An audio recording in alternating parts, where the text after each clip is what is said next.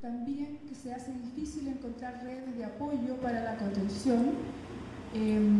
Con respecto al tema del cuerpo, este aparecería como una experiencia amenazante y muy ligada al tema de lo femenino. También aparece el deber ser de aparecer seguro e invulnerable tanto con respecto a los pares como con respecto a las mujeres. Y finalmente, con respecto al tema de los jóvenes varones, si bien hay un reconocimiento de la importancia de los sentimientos, también hay una dificultad para vivirlos. Finalmente, con respecto al contexto cultural chileno, tomo a Lechner y a los informes del Programa de las Naciones Unidas del Desarrollo para marcar algunos temas que me parece que cruzan las posibilidades de lo que estoy leyendo. El tema de un fuerte modelo exitista competitivo que fomenta la búsqueda del logro por sobre todas las cosas en mi país. También Lechner señala que existiría lo que él llama una individualización fragilizada, porque la construcción individual estaría muy complicada debido a la carencia de sólidas redes y vínculos sociales, también porque las oportunidades para poder elegir cómo construirse aparecen escasas, no aparecen tan fáciles, y porque además se daría sí fuertemente una alta responsabilización, o sea, todo lo que yo haga de mi vida es responsabilidad mía si lo hago bien o si lo hago mal, aunque no tenga todas las oportunidades para decidir. Otra característica que me interesó ahondar y que también es señalado por estos informes del PNUD tiene que ver con el imaginario de familia. El imaginario de familia aparece muy rigidizado en la cultura chilena y esto estaría avalado y sustentado por una iglesia católica muy fuerte y también por un conservadurismo, un discurso conservador muy fuerte al que no se le opone un discurso liberal muy bien constituido. Entonces, todo lo que son las opciones de desarrollo individual se encuentran con la oposición de una cierta lealtad a la familia, es decir, quien opta por su desarrollo personal se puede sentir desleal de no apostar más bien por las necesidades de la familia. Y otro de los resultados del PNUD en el 2010 es que la familia aparece como un referente muy importante de identidad, pero más aún y más marcadamente aparece en los varones que en las mujeres. Bueno, ahora paso a mostrarles algunos de mis análisis. Quiero compartirles algunas citas de los entrevistados y los asistentes a los grupos focales para que ustedes también puedan hacer sus propias lecturas y les voy compartiendo las lecturas que yo hice. ¿Sí?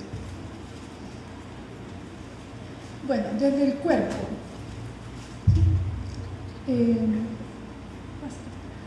Yo trabajé leyendo algunos ejes que aparecen y que puede uno ir entendiendo lo que dicen a través de ellos. Lo masculino y femenino, como una dicotomía que aparece clara, el segurizarse desde la norma o el desafiar lo establecido, ¿sí?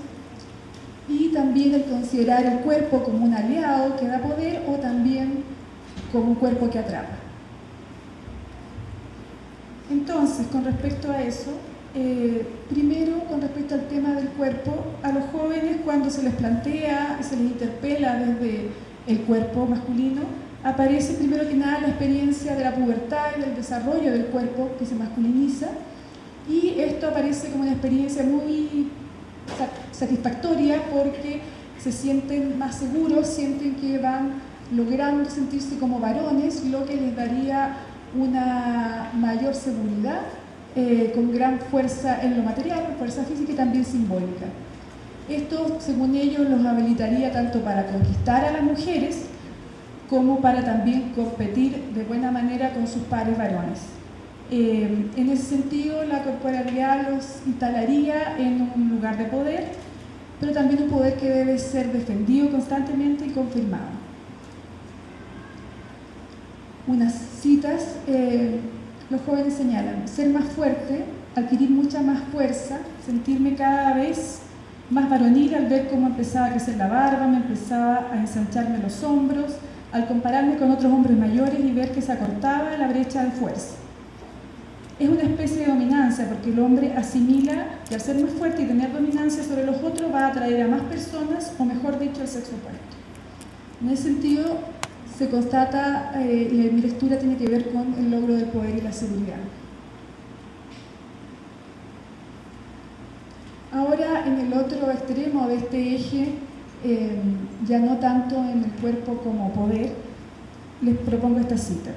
Todo es sobresalir positivamente del resto, que el que sobresale en nuestra sociedad consigue todo lo que quiere, y el que no sobresale es humillado y pisoteado por el resto. El beneficio es que no se metan contigo. Esto al hablar de su masculinidad. En ese sentido, aparece que existiría una necesidad de defender muy férreamente este poder que se tiene por ser varón y por estar instalado en un cuerpo masculino. La clásica dicotomía masculino-femenino aparece fuertemente. Aquí hay una cita que dice: es negativo. ¿Por qué es negativo? Porque hemos tomado gestos que hacen las mujeres y lo hemos hecho nosotros. ¿Y qué es lo malo de esto? Que antes nosotros teníamos como varones una identidad y las mujeres también. Y ahora como que estamos mezclando las identidades. Acá vemos claramente que aparece, con respecto sobre todo se refería al joven a las expresiones afectivas físicas, que la mayor igualdad en la forma de expresarse los afectos, de abrazos, de besos, también entre varones, aparece como un posible problema por una cierta disolución de las identidades, las diferencias. Y esto aparece como amenazante para muchos varones.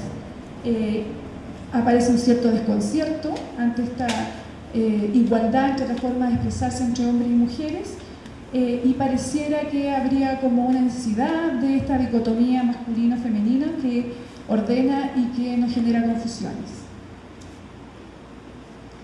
Con respecto al eje de la seguridad, de la norma o del desafío, la siguiente cita: como que uno puede pasar un tiempo sin novia, pero después como que tu cuerpo necesita cariño, y con eso no me refiero solo a sexo, más bien como a tener contacto con alguien que uno quiera, a tener una relación o a hacer el amor con alguien que uno estime, que admire, que considere. Aquí vemos más bien una posición distinta, no tanto a la posición tradicional de búsqueda del sexo, sino que de la necesidad del amor, que también del cariño, expresada por estos jóvenes como algo que ellos están reivindicando.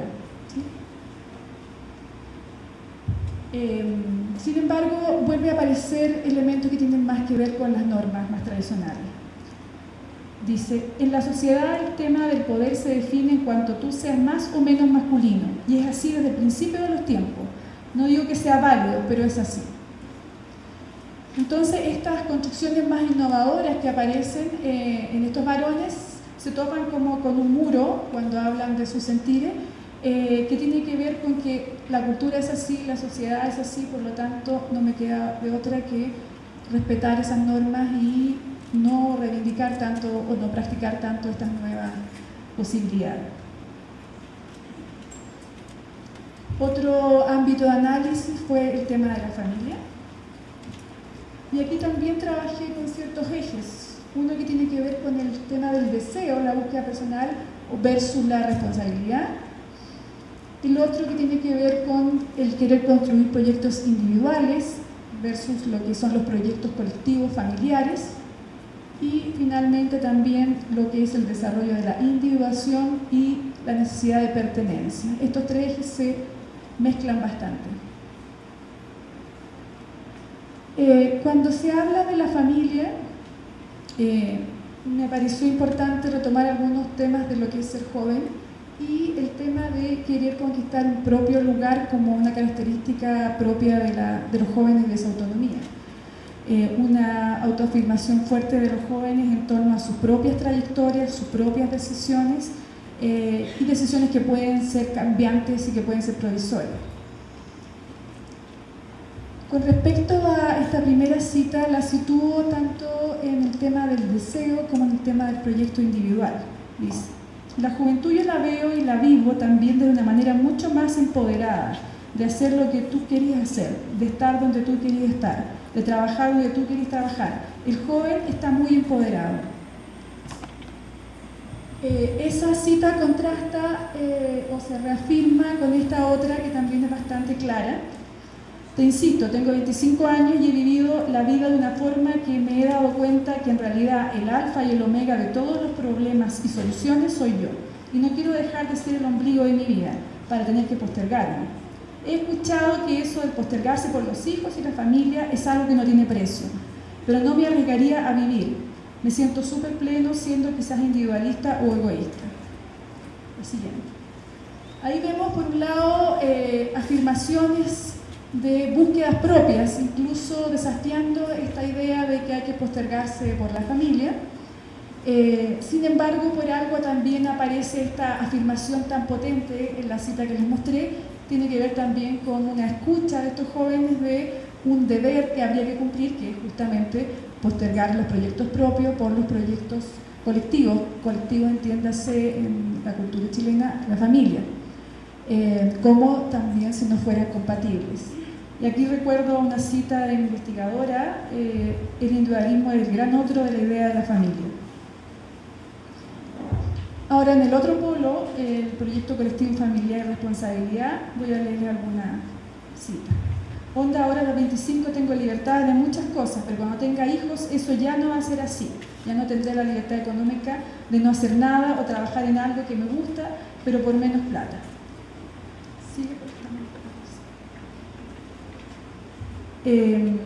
Esta postergación aparece claramente cuando aparece la idea de llegar a la vida adulta, tener un matrimonio, una esposa e hijos. Pero también aparece la necesidad de la individuación. Es súper importante para los jóvenes que ahora tienen voz. Antes nadie los pescaba y eso ahora es un aporte a que cambie la visión de la familia. Entonces uno pasa a diferenciarse. Ya no es la familia, eres tú y tu vida. Sin embargo, esto contrasta con la siguiente cita, porque yo encuentro que tú a lo mejor puedes ser muy capaz individualmente, pero si no tienes la base de la familia, se te hace muy difícil desarrollarte como persona. Entonces se podría señalar que la afirmación de lo individual, si bien aparece con fuerza, sería difícil que logre asentarse. Esto podría leerse por la dificultad de que haya un discurso, narrativas sobre la individuación y el desarrollo personal que estén consolidados y que puedan discutir con un discurso de la familia que sí está bastante consolidado.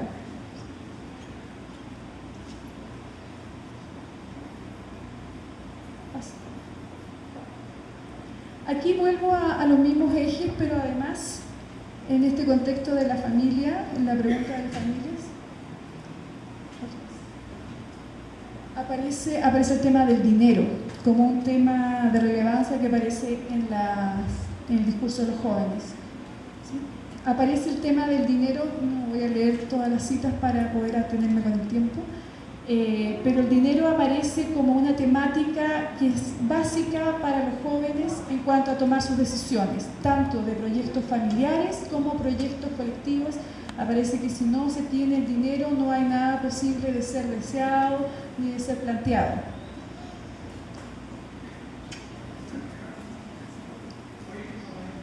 Ahora, con respecto al tema de los afectos y las emociones, planteo un eje que tiene que ver con la mirada más hegemónica de masculinidad o la sensibilidad, el descontrol y el control, y también el tema de lo masculino y lo femenino que reaparece. Entonces aparecería acá, al hablar de las emociones rápidamente, el tema de la violencia o la agresión y con mucha dificultad el tema del dolor, la fragilidad, el miedo. Con respecto entonces al tema que yo planteo ahí como hegemónico y sensible, al hablar de las emociones señalan, con los pares ahí cambia un poco la cosa, porque ahí lógicamente existe un ego grupal, una jerarquía que se debe mantener.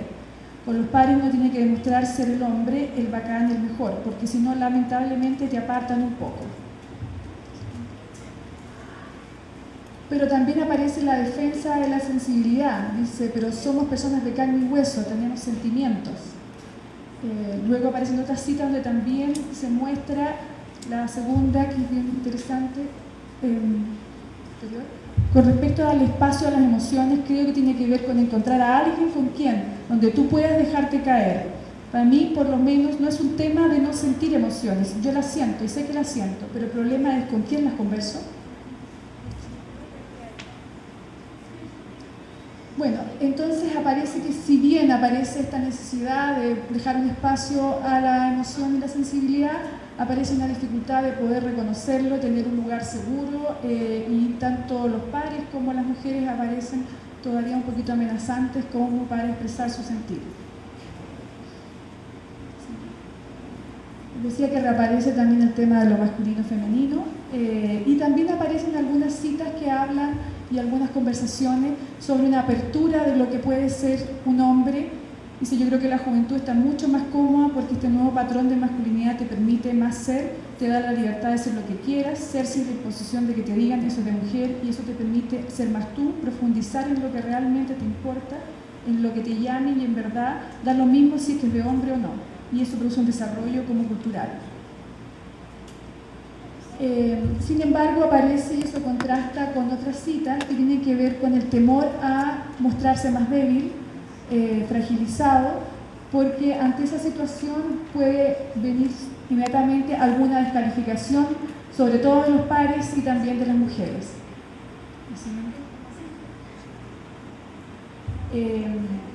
Entonces aparece todo lo que es mostrar miedo, vulnerabilidad, fragilidad como algo que quebraría esa masculinidad que por un lado es la que le da seguridad.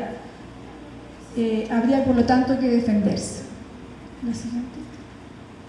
Y acá aparece el tema del control y del descontrol de la violencia como una posibilidad de manejar estos temores ante mostrarse inseguros. Esta cita dice, la agresividad es control en sí mismo, porque entregar, tropezar un golpe es reducir o silenciar o modificar un esquema que no te gustó, una circunstancia que te molestó, una situación que te dejó mal parado. Entonces la agresividad viene a irrumpir como una condición actual que a ti te molesta y va directamente a cambiarla. En ese sentido aparece que cuando ellos se viven violentados, es decir, traspasados su espacio de control, el mostrar violencia, no dejar de controlar los impulsos más violentos, sería una estrategia para volver a tener el control y el dominio.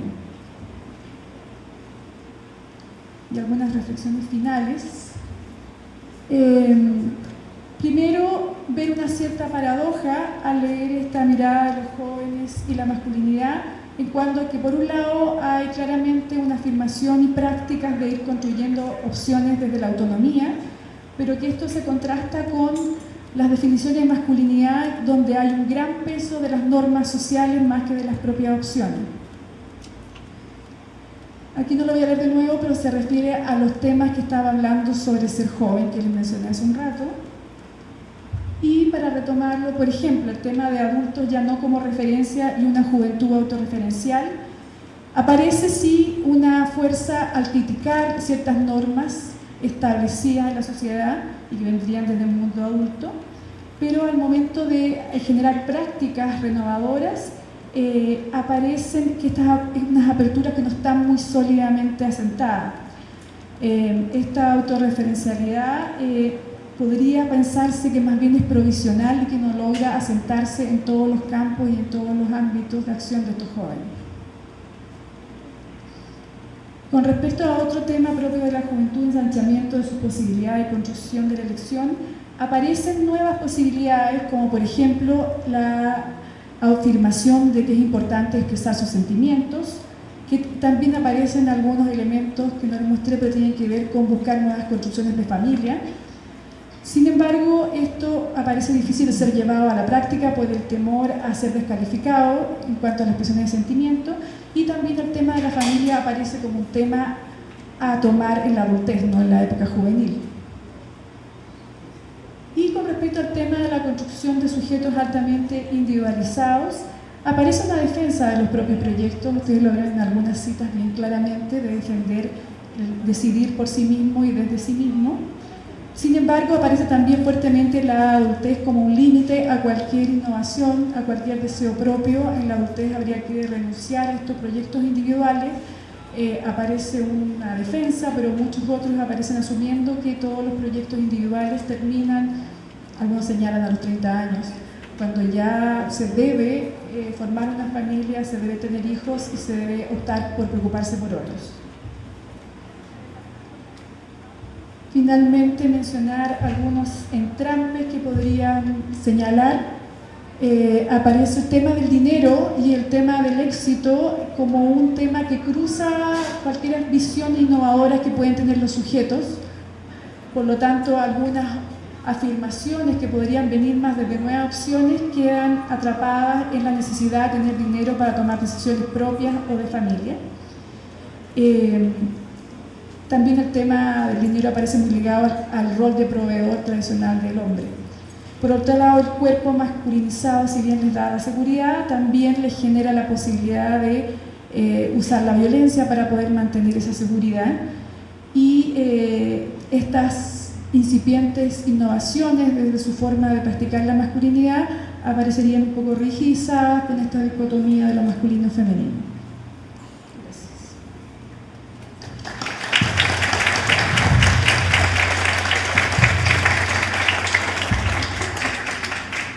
Muy buena por la exposición. Salvador Cruz Sierra, él es psicólogo social de licenciatura, maestro en psicología social por la Universidad Nacional Autónoma de México, es doctor en ciencias sociales por la UAM Xochimilco.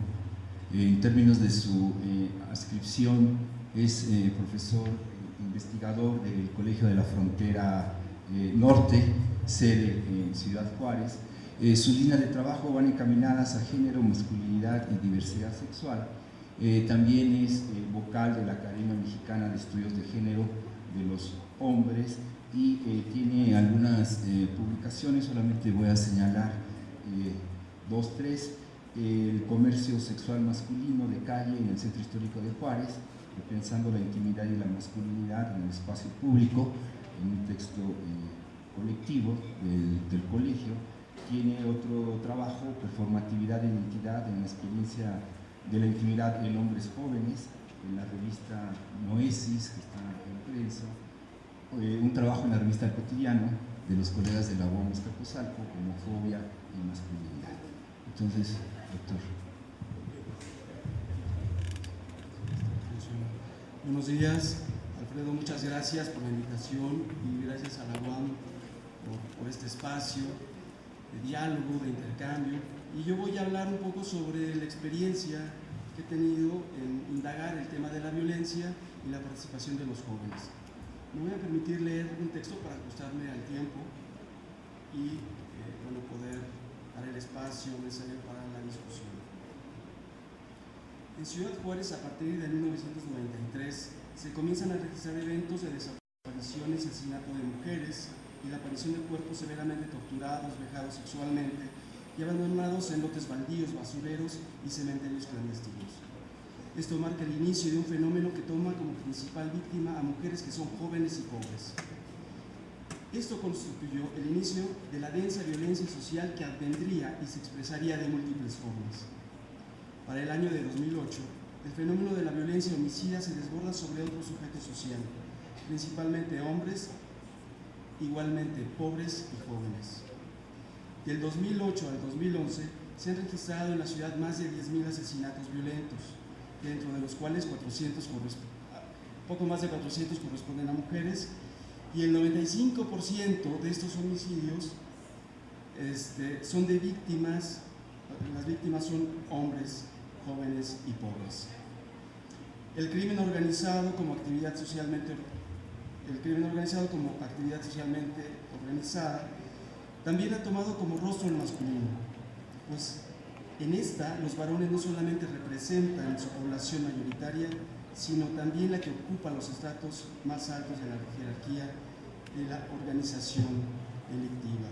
En este sentido, los hombres, jóvenes, pobres, son víctimas y victimarios de la situación de violencia que prevalece en la ciudad. En esta violencia nos sorprende la brutalidad de los acontecimientos criminales, particularmente el terror y la crueldad que han caracterizado los homicidios. Esta realidad nos hace preguntarnos por la razón de la violencia, por la capacidad de quienes la realizan, por la sociedad que la genera. ¿Sí escuchan? Por la sociedad que lo genera, lo tolera y en general por el sentido e identificación de lo humano. Pero también nos posibilita pensar la construcción de la masculinidad, el sentido de lo que es la niñez, la juventud y lo que decía mi compañera, colega, lo que es también el asunto de la familia, el sentido que adquiere la familia o el significado. El cuerpo, el espacio, la ciudad, la sociedad se configuran como entidades figurativas marcadas por la historia. Tanto la biografía de una persona como la cronología de una ciudad, ambas inconclusas, se entretejen y determinan mutuamente, así como se entretejen las diversas violencias inherentes entre la vida personal y social y que deja marcas. Tanto el cuerpo como la palabra dan cuenta de las heridas y hablan de su historia, de la memoria y del recuerdo que las evoca. Por eso, echo mano de la narrativa y la memoria de sujetos de hombres que han participado en actividades criminales. Las memorias de dolor no hablan simplemente del flagelo de un cuerpo, ni tampoco de las heridas y sufrimientos de un individuo o sociedad, sino de una resignificación de acontecimientos bajo la marca emocional que se imprimió en el cuerpo propio y el cuerpo social, ambos interrelacionados. Por una parte, el sujeto situado en un momento de la historia, en una sociedad, en una clase social, en un determinado espacio, con un determinado género, en un entramado familiar y cultural problemático y marginal, reconstruye y significa su pasado y presente. Por el otro lado, una ciudad situada en la frontera México-Estados Unidos, Ciudad Juárez, El Paso, dramatiza y polariza las diferencias entre ellas. Así Juárez se ubica como la corrupta y estigmatizada, pero también explotada y redituable. El presente trabajo no pretende dar una visión victimista ni fatalista del problema de la violencia social, sino más bien del entrecursamiento de violencias y el vaivén entre los sentidos y la borrosa linealidad entre bondad y maldad, legalidad y ilegalidad, entre otras. Para ello, se retoma la narrativa de un entrevistado, misma que forma parte de una investigación sobre violencia social en Ciudad Juárez. Dicha narrativa también se entreteje entre la vivencia individual y el contexto social más amplio. Por ello, analizo parte del testimonio de Ángel, hombre de 32 años al momento de la entrevista, quien comparte su experiencia de vida como pandillero, usuario de drogas y ahora artista urbano. Ángel ahora se asume como excriminal que dañó a la ciudad y hoy encuentra en el arte una forma de dar salida a la maldad y daño que ocasionó a la sociedad.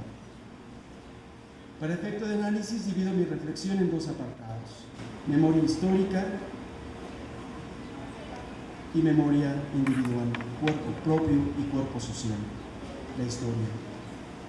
En la historia personal o social parece estar delineada por una gran cantidad de registros. Puede haber una ubicación en el tiempo, un reconocimiento de lugares, de relaciones o acontecimientos. Por difuso que parezca en la memoria, siempre hay un referente que nos hace dar sentido de quiénes somos y de nuestra vida. La historia de Ciudad Juárez. Juárez, ciudad que por su ubicación geográfica enmarca en el límite territorial de dos países, representa en el imaginario colectivo el contraste de dos culturas diferentes, la mexicana y la anglosajona. Ambas no existen monolíticamente puras, sino diluidas en mutua influencia que las automodifican, y con ello aparejada una serie de desigualdades y asimetrías como la económica, social y política. Dentro de dichas asimetrías se encuentra el estigma y devaluación que encarnan los habitantes del lado mexicano. Al igual que otras ciudades fronterizas, como Tijuana, también sobre Juárez recae la leyenda negra. Ha sido documentado cómo la prensa de ambos lados de la frontera, desde principios del siglo pasado, ya hacían mención de la corrupción y de ser una tierra sin ley, en el caso de Juárez, donde prevalecía una mayor permisividad hacia la prostitución y drogas del lado mexicano.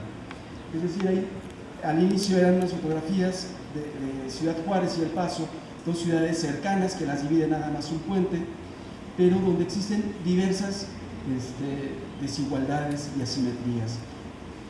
Ahí parece una zona gris donde la ley no aplica del todo o es ambigua, Entonces ahí también lo que Claudio Lomnitz habla sobre la productividad de la frontera.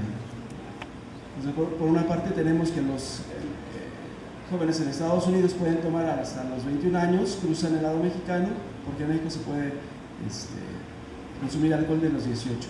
En Estados Unidos, particularmente Texas, uno de los estados más conservadores, está prohibida la prostitución, severamente castigada y perseguida, y del lado mexicano es lo que ha generado, digamos, servicios justamente para nuestros vecinos. Y hablar un poco sobre la historia de Ángel.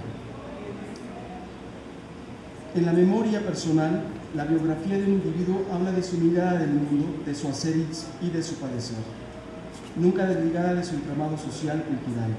Como señala Quintero, en la biografía como estructura narrativa se teje el vínculo entre identidad y narración, y con ello se enuncian las circunstancias políticas de la vida cotidiana. Ángel construye su narrativa como un pasaje dramático cargado de sentimientos de dolor, plegado de reclamos, pero también de anhelos y deseos. Si bien, como toda narración, el relato es una expresión de la subjetividad, pues expresa una manera de ser y no ser al mismo tiempo, no pretende la veracidad del dato, sino la producción discursiva que elabora una novela, donde el actor participa también como coautor de dicha novela. No pretende describir con certeza una realidad, sino como una interpretación de la misma, con base en la experiencia emocional y afectiva. En este caso, realizo un paralelismo para comprender justamente dicho relato en el cuerpo, en el marco y vínculo con la sociedad que la genera. Ángel cuenta su historia con relación a la violencia. A la edad de 7 años yo sé y estoy consciente que a esa edad empezó la parte violentita, la parte de empezar a que me repugnaran ciertas cosas, ciertas fechas. Yo me crié entre armas por mi papá, que era comandante de la policía y nos enseñó a disparar desde chiquitos. Yo como a los 5 años no me acuerdo, pero en la etapa de los 7 sí. Mi papá fue de enseñarnos a disparar, de enseñar a usar armas, o sea, en vez de enseñarme a dibujar o la tabla del 4. Era cuántas balas tenía que tener un cargador, cómo se tenía que usar, y eso era violencia. Porque nos llevaba en la patrulla a ver, por ejemplo, que acababan de matar a un tipo o asaltos, no sé. Pero le digo, no era una niñez chida, que yo pueda decir que estaba bien chidota. O sea, sí jugué, sí me divertí, pero no era la parte divertida que yo hubiera querido de los demás. De llegar a la casa de mis amigos y ver que todos tenían juguetes más chidas que yo, o ropa más chida que yo. O que se la pasaban mejor porque decía, pues tienen a su familia completa. Y a veces decía también, chin, pues es que ¿qué estoy haciendo aquí? O sea, pues yo estaba como que en la celotipia, porque a mí se me hacía chido ver los cuadros familiares de sus casas con la mesa llena de familia. Entonces fue muy rápido lo mío, el empezar en la parte violenta de lugares marginados. Aparte porque siempre me tocó en colonias de nivel bajo, donde ya había drogas, donde había violencia, donde había discriminación, donde había dudas. Yo salía de barrios y de clicas y todo eso por los más grandes. Pero a mí se me hacía normal ver a toda esa gente, o sea, verlos peleándose, verlos agrediéndose, escuchar malas palabras o los comportamientos. Pero yo sabía que todo eso ya lo estaba absorbiendo.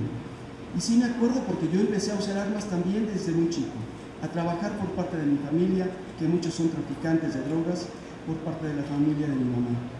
Por parte de la familia de mi papá, pues todos son los típicos buenos de la película sobre los malos de la familia de mi mamá. Entonces estaba así como que la pelotita de ping pong. A veces decirme, ¿por qué lado irme? ¿Con los buenos o con los malos?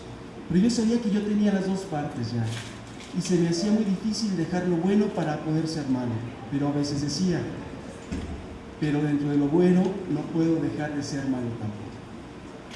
Entonces yo empecé a trabajar con mi familia en el tráfico de drogas en la sierra a la edad de 8 años, de portar un arma que traía un cuerno de chivo, yo creo que de mi tamaño, apenas si caminaba en la sierra. La memoria en términos estrictos nunca es individual, pues como señala Halbach, no es en la sociedad, donde normalmente el hombre adquiere sus recuerdos. Es allí donde los evoca, los reconoce y los localiza. Por eso habla de marcos colectivos de la memoria, pues serían el resultado, la suma, la combinación de los recuerdos individuales de muchos miembros de la sociedad. Es decir, no existe posibilidad de memoria fuera de los marcos utilizados por los hombres que viven en sociedad para fijar y recuperar sus recuerdos. En la historia personal, como en la de la sociedad, las fechas en sí mismas no parecen tener mayor relevancia, sino son los acontecimientos y la manera en que estos son significados por las personas que les ha tocado vivirlos. Determinados hechos dejan huella en la subjetividad como en la memoria colectiva de una sociedad. Para Ángel, los recuerdos de su niñez se presentan como imágenes difusas, pero rostros, relaciones y sentimientos muy claros. Cito a Ángel: si usted me pregunta, creo que hay personas que se acuerdan que hicieron a los 5 años, pero obvio no tengo una imagen, ni una foto, ni una figura de mí mismo de cómo empezó. Entonces yo caigo en la conclusión de que en la edad de 5 años fue cuando se perdió ese niño y empezó a absorber partes negativas de la vida, como la familia disfuncional, problemas económicos, problemas emocionales, porque fue el divorcio de mis padres. No hay una etapa de tiempo de decir que fueron como 2 meses los que me abrazaron o sonreía con ellos o fuimos al parque. No hay una parte del tiempo. Pueden ser flachazos, pero no están bien marcados. Es como si se borraran las imágenes porque no están bien marcadas. De la mirada de mis padres dándome un beso en el cachete porque llegué con las calificaciones. No hay esa parte de las navidades y abrir regalos y estamos toda la noche platicando. No hay ni siquiera la parte de cumpleaños porque no hubo cumpleaños. Están mis calendarios X. La memoria que recrea Ángel, pensada como flachazos, como recuerdos difusos, está marcada más por la ausencia de amor, por la añoranza de un amor paterno y materno que rehúsa fijar fechas significativas, pero con una fuerte carga afectiva. Esta memoria, sin embargo, va acompañada de reflexión, de juicios, de vínculos familiares carentes de intimidad, expresión abierta de sentimientos de amor, de aceptación y cuidado. Ángel en su relato recrea una niñez dolida, de trabajo, de carencias afectivas, que quizá pueda representar más la ficción de su propia vida, como señala Halbach. Uno no se acuerda solo de sí, qué ve, qué siente, qué aprende, sino también de las situaciones mundanas en las que se vio, se sintió, se aprendió. Estas situaciones implican el cuerpo propio y el cuerpo de los otros, el espacio vivido, en fin, el horizonte del mundo y de los mundos bajo el cual algo aconteció. Pensando esta reflexión en términos de memoria, pero también en términos del cuerpo, cómo se registra la memoria en el cuerpo propio y en el cuerpo social, en lo que corresponde al cuerpo propio. La violencia que Ángel vivió, aprendió del contexto familiar, de la pandilla, de la discriminación y segregación social, han dejado huella en su cuerpo, pues al parecer la violencia se incorpora en este. Como dice Quintero, la violencia se incorpora cuando deja su lugar en el cuerpo, a manera de herida o cicatriz.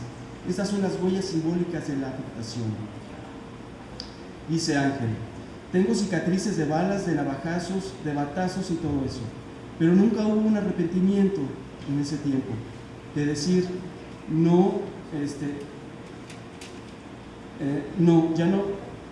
ya voy a dejar de hacer esto porque me van a venir matando, y yo, pues que me maten, pues ¿qué tiene? Pero más que una marca en la piel, las heridas dejan huella a nivel de la subjetividad. Las heridas emocionales parece que no agotan, que no sanan con el simple paso del tiempo. Parecen abiertas, sangran y duelen como si del pasado reciente se tratara. Quedan como acontecimientos esenciales a los que es difícil fijarlos a una fecha. Por ello su recuerdo aparece como una impresión original, pero acotada a un espacio, a unos vínculos, a un tiempo general. Ángel tiene tatuajes en diversas partes del cuerpo. Tiene tatuajes en sus brazos que me contaba iban marcando acontecimientos relevantes en su historia o en su biografía. Pero hubo una pregunta que le hago, digo, ¿cuál fue el primer tatuaje que te hiciste? Fue unas letras del nombre de mi mamá aquí abajo del ombligo, que dice Flor. Me lo hice yo solo con una máquina. ¿Y por qué el nombre de tu mamá? ¿Y por qué abajo del ombligo? Porque fue dentro de mi alucine. Porque si mi mamá me trajo en la panza 9 meses, pues yo también quiero traer a mi madre marcado. Porque yo llevaba ese número 9, de que fueron 9 meses los que me trajo en la panza y mi mamá ya sufría por desprecios de mi papá, el de sangre. Cuando me platicó lo que vivió con mi mamá cuando yo estaba en la panza de ella. Sufrió maltratos, sufrió hambres, sufrió engaños por parte de mi papá. Aguantarle la etapa, porque mi papá era un drogadicto, mi verdadero papá. De hecho, de eso se murió. Golpes, de que mi papá llevaba a otras mujeres a la casa, mi mamá estaba embarazada de mí. Entonces yo creo que ahorita yo estoy consciente de que yo traigo como que violencia y dolor de la panza de mi mamá. O sea, fueron 9 años, yo creo que desde que nací a los 9 años, que fue la parte de la niñez distorsionada y violenta. Y a los 9 años fue cuando comenzó, fue cuando estalló ya ese niño. O sea, de los 9 en adelante fue cuando ya se perdió el chavito. Entonces da la casualidad de que de que 9 años fue lo que duré consumiendo droga y dentro de las pandillas, o sea, de los 10 a los 19 años. En la experiencia de Ángel también se observa que la memoria queda así mismo marcada en el cuerpo como imágenes auditivas. Esta situación la recrea con el asesinato de la madre de su hijo, del cual él no fue testigo presencial, pero recrea la escena de muerte de la pareja cuando él mismo lo refiere, como él mismo lo refiere. Duré como mes y medio despertándome entre las 3 y 4 de la mañana y yo le decía a mi mamá, ¿sabes qué, mamá? A esa hora mataron a Elena. No sé cómo se puede llamar, pero fue un momento para mí bien gacho. Incluso, te digo, cuando fueron los ministeriales y fueron y me dijeron que a esa hora fue que mataron a Elena. Yo me quedé así, ¿sí me explico? A lo mejor se escucha muy raro sobre el balazo. Yo lo escuchaba a las 3 de la mañana, ese estruendo. El silencio de ese estruendo a veces me llega. En ese sentido, la memoria también queda registrada a manera de olores, sonidos, etc. Y queda marcada en el cuerpo.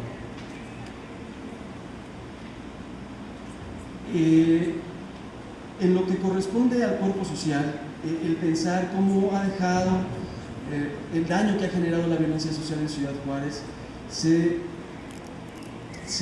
ve en las calles, se ve en ciertos espacios, por ejemplo, el asesinato de los jóvenes de Villas de Salvarcar, donde asesinaron a 16 jóvenes, queda ya un lugar registrado en la historia de la ciudad. En lugares, en calles, en espacios públicos, en parques donde han acontecido actos muy violentos, queda ahí un recuerdo, queda una memoria de estos acontecimientos. Y también quedan registros, digamos, por las cruces que veíamos en el caso del feminicidio, en el caso del campo algodonero, donde ahora se levantó un memorial donde hay una escultura, pero hay otros espacios también diversos en la ciudad donde vemos estas cruces que representan justamente los asesinatos. Y ahí en esta sociedad también está ese registro, ¿no? Me voy a las conclusiones. A través de las narrativas y la memoria se puede pensar la conformación social de subjetividades masculinas y algunas de ellas proclives a la violencia. Esto conlleva visualizar la violencia al interior de los procesos sociales como parte de la producción social. Esto es como uno de los organizadores de la subjetividad. En el flujo permanente entre la estructura y el sujeto ocurre una transición dialéctica entre el orden y el desorden, lo cual permite recuperar la noción de reflexividad como la capacidad del sujeto para cuestionarse el orden imperante e interpretar su trayectoria individual en relación a otras y en relación a sus contextos culturales. En el presente trabajo se buscó captar la experiencia del sujeto mediante su propia reflexividad, manejándola como la observación de la experiencia que se interrumpe momentáneamente por una serie de preguntas para ser comprendida. Como una labor de significación, las prácticas de violencia y las nociones de ser hombre pueden ser captadas mediante la narrativa y la memoria. En ella tiene relevancia la vivencia de los sujetos determinados socialmente. Su experiencia deriva en totalidades singulares que no pueden ser estudiadas sin considerar dimensiones más generales como la estructura social, donde el sujeto elabora su experiencia a partir de las opciones que le dispone la cultura.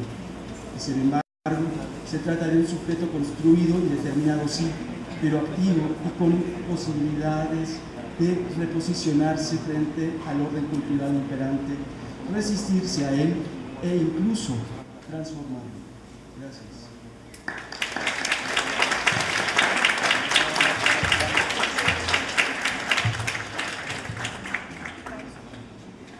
Igual, muy amable Salvador. Lilian Paola Ovalle es investigadora de tiempo completo, titular C del Instituto de Investigaciones Culturales, Museo de la Universidad Autónoma de Baja California. Es miembro del Sistema Nacional de Investigadores Nivel 1, doctora en Estudios de la Globalización por la misma universidad, doctora en Sociología de la Cultura por la Universidad de Alicante, es psicóloga por la Pontificia Universidad Javeriana y está inscrita en la línea de investigación de discurso, poder y representaciones de la misma Universidad de Baja California y del cuerpo académico Culturas Contemporáneas. Se ha especializado en el estudio de la violencia social y los procesos socioculturales derivados del consumo y tráfico de drogas. Es autora de 2 textos, uno de ellos, Engordar la vena, discursos y prácticas de los usuarios de drogas inyectables, 2009, y el otro texto de 2007, Entre la indiferencia y la satanización, representaciones sociales del narcotráfico, también editado por la UABC. Ella va a trabajar la temática narco por vocación, identidades juveniles en los límites de la paralegalidad. Bueno, muchas gracias Alfredo y también gracias a la UAM por la invitación y pues a ustedes por estar aquí acompañándonos esta mañana. La ponencia que les traigo es una ponencia sencilla. Voy a trabajar algo que vengo reflexionando a partir de algunas entrevistas que se están haciendo en un proyecto más amplio que tiene que ver con, se llama Narrativas y Violencia, Codificación del Dolor, donde estamos trabajando con jóvenes que están vinculados en diferentes... Gracias. Con jóvenes que están vinculados en diferentes, digamos, niveles o funciones de la red de tráfico transnacional. Algunos trabajamos con un grupo de jóvenes que transportan droga desde Tijuana a Los Ángeles y también con algunos de los estudiantes que están haciendo el doctorado con nosotros, de pesquisas de doctorado con jóvenes sicarios. Entonces, aquí básicamente lo que voy a traigo esos son los puntos que voy a trabajar, dividiré la ponencia en 4 partes, que son los límites de la paralegalidad, legitimación del narco, luego vocación para el narcotráfico, persistencia de un proyecto paralegal, conocimiento y poder, identidades juveniles emergentes. Bueno, con estos 4 apartados lo que quiero es ir como trazando las líneas de esta propuesta, digamos, que venimos trabajando, que tiene que ver con entender o identificar el narcotráfico como, bueno, como ya lo han planteado algunos otros autores que vienen trabajando el tema, como un mecanismo de inclusión para algunos sectores que no ven en las vías legales de trabajo una opción laboral. Entonces, lo que traigo aquí al principio de cada uno de estos puntos es para introducir la reflexión de cada uno de estos puntos, traigo como breves fragmentos de una de las entrevistas a Julio, un nombre ficticio, que tiene 22 años y que hace parte de estas redes del narcotráfico en la ciudad de Tijuana. Bueno, entonces leo. En la secundaria todo el tiempo traía yo dinero y le daba a mi abuelo, y mi abuelo todo el tiempo me preguntaba ¿qué haces? No, pues yo le ayudo a la señora a vender perico. Y mi abuelo, ¿sabes qué? Haz lo que quieras, nomás no robes, rateros no queremos aquí. Y sí, yo no robo, hasta eso que no. Yo en ese sentido soy muy honrada. Gracias a los consejos de mi abuelo, que sabe cómo funciona el mundo, y ahora, gracias a Dios, estoy bien parada. Pero entonces lo primero que nada, ser honrado. La honradez tiene mucho que ver. Si tú trabajas derecho, la mayoría te va a tratar bien. Si tú, o sea, las mismas personas te van dando como una recomendación de cada persona, como ha sido con pequeñas cosas o con grandes, te recomiendan con uno con otro para que puedas ingresar. Más bien viene siendo pura recomendación. Sabes que yo conozco a fulano y trabajo así, pues es buen elemento. Bueno, como vemos en esta pequeña introducción, es algo que se ha repetido en muchas de las entrevistas y en los trabajos que se realizan sobre el tema del narcotráfico, que tiene que ver con la forma como existen, o sea, ciertos códigos para las personas para amplios sectores de la sociedad, no solamente los que están dentro del narcotráfico, sino que algunos que comulgan con este proyecto ilegal tienen sus propios códigos, no lo ven como algo malo. Sabemos como aquí nos está hablando de honradez, de seguir estos pactos económicos, y para ellos eso es como hacer las cosas bien. Entonces, lo que nos plantea esto es ver cómo en ciertos sectores donde el narcotráfico, como un proyecto para legal, se ha territorializado, el fenómeno va construyendo sus propios símbolos, va, digamos, como si las redes del narcotráfico estuvieran constantemente a través de diversos mecanismos, no solamente a través del miedo, sino otros que tienen también mucho que ver con la seducción, van generando un proceso, digamos, de legitimación del fenómeno. Es decir, hablamos de legitimación cuando un grupo social o una colectividad tiene, digamos, el poder o los mecanismos para poder hacer ver que su proyecto es un proyecto correcto. Entonces, lo que vemos es como en ciertos sectores, como les comento, como en este caso de estas ciudades o municipios fronterizos en los que vengo trabajando, pero pues sabemos que hay muchos otros lugares, tanto en México como en otras regiones de Latinoamérica, donde, digamos, estos mecanismos han sido efectivos y que el narcotráfico se ve como una opción laboral y se ve como un proyecto que hace parte de las posibilidades que tienen como mecanismos de inclusión. Hablamos no hablamos más de paralegalidad que de legitimación, en el sentido de, como lo ha planteado aquí vemos Rosana Reguillo, ella plantea que cuando estamos para poder entender estas identidades emergentes en el mundo del narcotráfico, no basta solamente con tener esta polarización entre la legalidad y la ilegalidad. Como vemos en esta cita que les mostré ahora, ellos, o sea, para muchos de estos discursos y en estas prácticas dentro de las redes transnacionales del narcotráfico, no es nada difícil. Bueno, aquí en esta tablita presento como lo que hemos identificado en las entrevistas, que tienen que ver con los intereses, qué es lo que por ellos les interesa y por qué optan, digamos de una manera vocacional, planteamos nosotros, por este mundo de vida. Tiene que ver con finalmente una mayor remuneración a la que ofrecen los trabajos legales. Aquí, bueno, se desintegra mucho como esta idea de que cuando entras al narcotráfico vas a ser millonario, y más cuando estamos hablando de los jóvenes que ingresan a estas redes, que generalmente entran en las funciones dentro de la red más riesgosas, menos remuneradas, y ellos lo saben, ellos lo reconocen. Sin embargo, también, aunque no es que se vayan a volver millonarios al entrar al narcotráfico, sí es cierto que lo que pueden ganar en este acercamiento laboral pues va a ser mucho más que lo que podrían ganar en cualquier trabajo legal. Otro interés tiene que ver con los momentos de ocio y recreación, ¿no? Los tiempos dentro de estas redes del narcotráfico son, digamos, como que no hay una jornada laboral de 8 horas, entonces se van intercalando como estos momentos de ocio y de recreación, ¿no? O sea, por ejemplo, alguien que esté transportando droga, pues va a transportar una vez al mes, pero va a estar recibiendo dinero cada semana mientras se va cargando, haciendo el cargamento. Entonces, mientras tanto, pues son momentos de ocio y de recreación que para ellos son importantes. La oportunidad de viajar y conocer otros lugares, acceso a los diferentes bienes de consumo que circulan por la red. Tiene que ver con que aunque muchos de estos, o sea, los carros, las casas, los viajes, los departamentos donde ellos pueden estar consumiendo no son de ellos, de todas maneras, el tener acceso a sus bienes de consumo mientras estén en la red, y si ya no están en la red ya no lo van a tener, pues para ellos es un elemento de interés, pues, que les llama la atención. El reconocimiento social tiene que ver con cómo ellos sí plantean que cuando están con estos elementos de consumo tienen un reconocimiento social, hablan de cómo son tratados de una manera diferente cuando llegan a un antro, cuando llegan a sus barrios, cuando llegan a su comunidad, como sienten o asumen que su poder, el poder que ellos tienen aumenta, y porque tienen el respaldo de esta red de complicidades del poder social con el que están participando. Y bueno, las desventajas ellos también las identifican: la pérdida de autonomía y libertad, o sea, es cuando tienen que trabajar, pues tienen que hacerlo, no hay, digamos, como una institución, cualquier otra institución normalizadora, ¿no? Como la policía o el ejército, que empieza a ser parte, como que eres dueño de tu cuerpo y de tu vida y de tu jornada, de lo que vas a hacer, de tus actividades. También es más o menos lo mismo sucede.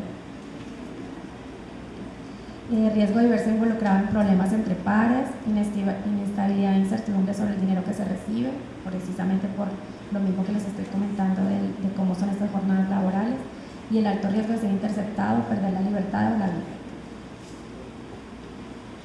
Siguiente. Bueno, el último punto tiene que ver con esto de las identidades juveniles emergentes, y les leo la cita. Dice: o sea, soy como un budista, que igual me da ser pobre que ser rico, igual me da vivir o morir, pero prefiero vivir, obviamente, pero pues si tengo que morir, muero. Prefiero no matar, pero si tengo que matar, mato, pero sin ningún remordimiento, o sea, no me causa problema. Igual, por ejemplo, yo prefiero darle a usted lo que quiere, pero igual la puedo matar y salirme de aquí e irme a comer como si nada hubiera pasado. O sea, no tengo esos convencionalismos. Prefiero no serlo, trato de no serlo, trato de salir, pero soy narco. Así soy, así fui, uno se marca por lo que hacía.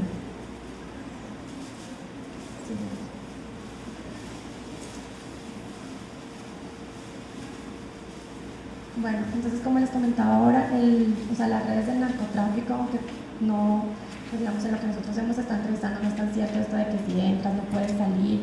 O sea, más bien todo lo contrario, es difícil mantenerse dentro de la red, y hay como, y más para estos sectores juveniles que entran en los niveles bajos de la red, pues no hay muchos filtros para entrar. Básicamente, con que quieras entrar y conozcas a alguien que esté conectado, ya podrías ingresar, y lo difícil es mantenerse.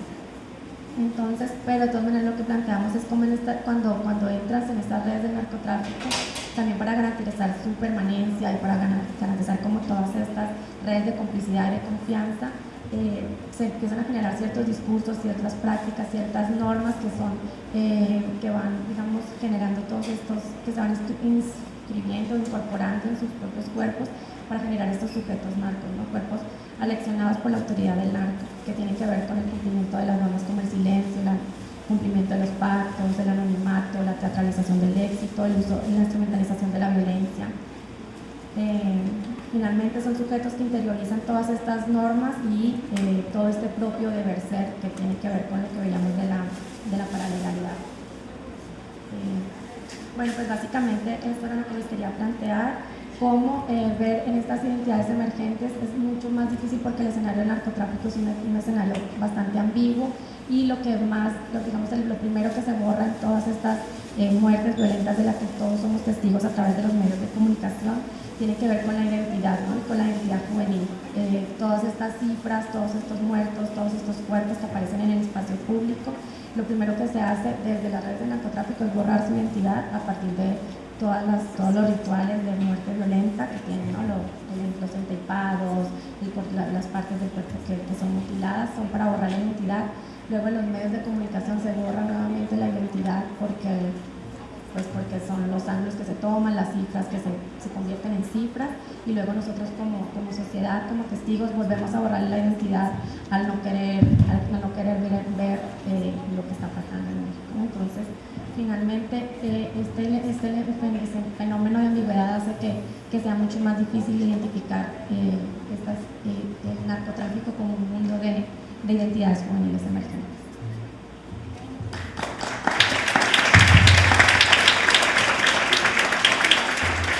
Gracias, Paula. Me toca a mí, entonces me voy como a autopresentar. Soy profesor investigador aquí de la UAM Iztapalapa.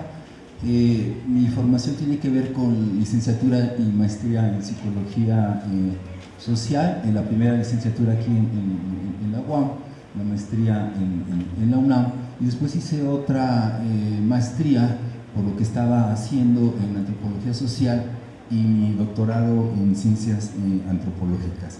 Lo que voy a trabajar con ustedes lo denominé en forma de pregunta, ser jóvenes hoy, exclusión, violencia y desesperanza. Es un tanto para seguir con el tono de nuestra mesa en relación a lo que trabajamos. De inicio, lo primero que les quiero decir y compartir es que me interesa hacer algunas reflexiones teórico-metodológicas con respecto a mi entender uno de los sujetos y de los actores sociales más emblemáticos y por lo tanto complejos, que tiene que ver con lo que hemos denominado las juventudes. De ahí entonces lo que he estado haciendo es construir una suerte de narrativa, una suerte de discursividad lo más plástica, lo más flexible, lo más amplificada en términos de lo que creo que está configurándose en relación a las juventudes hoy, no solo en el caso mexicano, sino también en el caso latinoamericano. De ahí entonces, ¿desde dónde miro cuando miro el asunto de las culturas y las identidades juveniles emergentes? Mi mirada está construida por esta ruta más desde una psicología social, miro más desde la sociología que desde la psicología, lo cual quiere decir que apunto más al asunto de los colectivos, al asunto de las grupalidades. Y la otra mirada también, a partir de la cual miro, es una mirada más antropológica, en una coordenada simbólica, en términos de que lo que me interesan son los sentidos y los significados de las prácticas sociales, en este sentido de lo que hace a determinado tipo de agrupamientos. Al mismo tiempo he estado construyendo una suerte como de fotoetnografía, una propuesta que va en el camino más de ir imaginando e ir pensando en una psicología social de la imagen. En la beta más antropológica está muy claramente que trabajan desde la antropología visual, no tanto en el caso de la psicología social. De tal suerte que entonces las imágenes o esta fotoetnografía o esta psicología social de la imagen pretende construir a su vez una narrativa, una discursividad iconográfica. Estas imágenes que están viendo son imágenes que he estado levantando con chicos agrupados, digamos, en México, Salvador, hay algunas de Honduras, hay algunas de Chile, hay algunas de Argentina, hay algunas de Ecuador.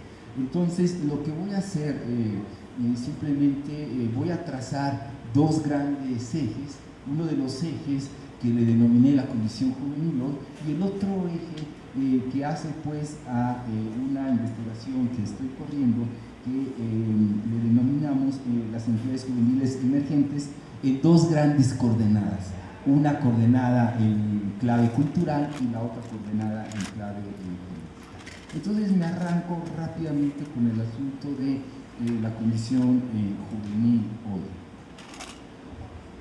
Creo que algo para mí muy significativo y que también acá los colegas lo traen es el requerimiento de situar, de ubicar a nuestros sujetos y a nuestros actores básicamente en los contextos. En tanto que creo que los contextos no es una vuelta otra vez al estructuralismo o al determinismo en este sentido psicológico o sociológico, no, sino que creo que los contextos habría que repensarlos situando a nuestros jóvenes como claves hermenéuticas, como claves comprensivas, que creo nos darían mayor potencia de explicación, un tanto como lo dice en algún momento Tomás Ibáñez o lo comentó Merton de las teorías de mediano alcance. El otro aspecto como hipótesis teórica me parece y propongo que pensar a las juventudes creo que tiene que ver con reflexionar al país y viceversa. Pensar al país creo que necesariamente tendría que pasar por pensar a sus jóvenes. ¿Por qué hago esta construcción hipotética? No solo por su presencia numérica, sino más que nada por su valor simbólico, es decir, a través de las prácticas sociales y a través de las expresiones culturales, me parece que son los que visibilizan de mejor forma las contradicciones y las tensiones de lo que hace a nuestro país o de lo que nos queda de país. De ahí entonces, fíjense, la presencia numérica, más o menos INEGI marca que somos en el último conteo como 112 millones de mexicanos. A partir de estos 112, el marcaje de 12 a 29 años da una cifra de 33, 34 millones.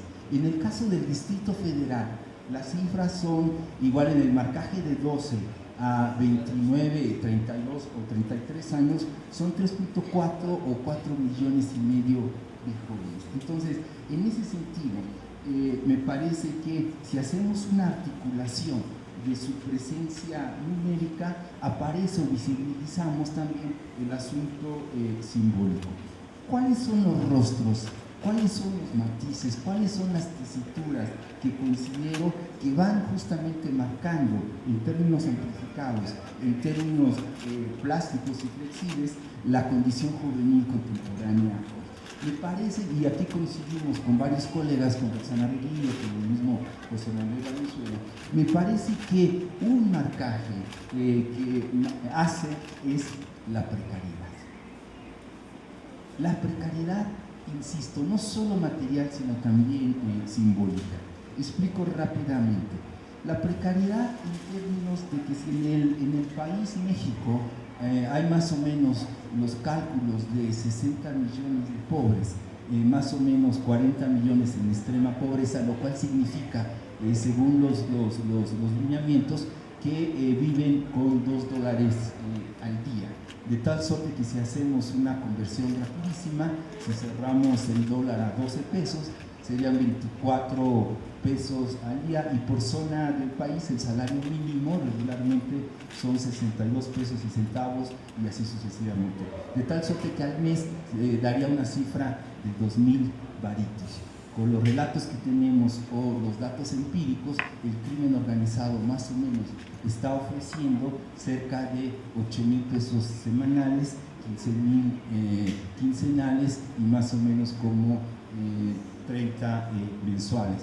La Policía Federal de Monterrey saca una convocatoria donde pagan a los chicos 15,000 pesos con la garantía de que probablemente el seguro va a ser para sus familias por el asunto de la muerte.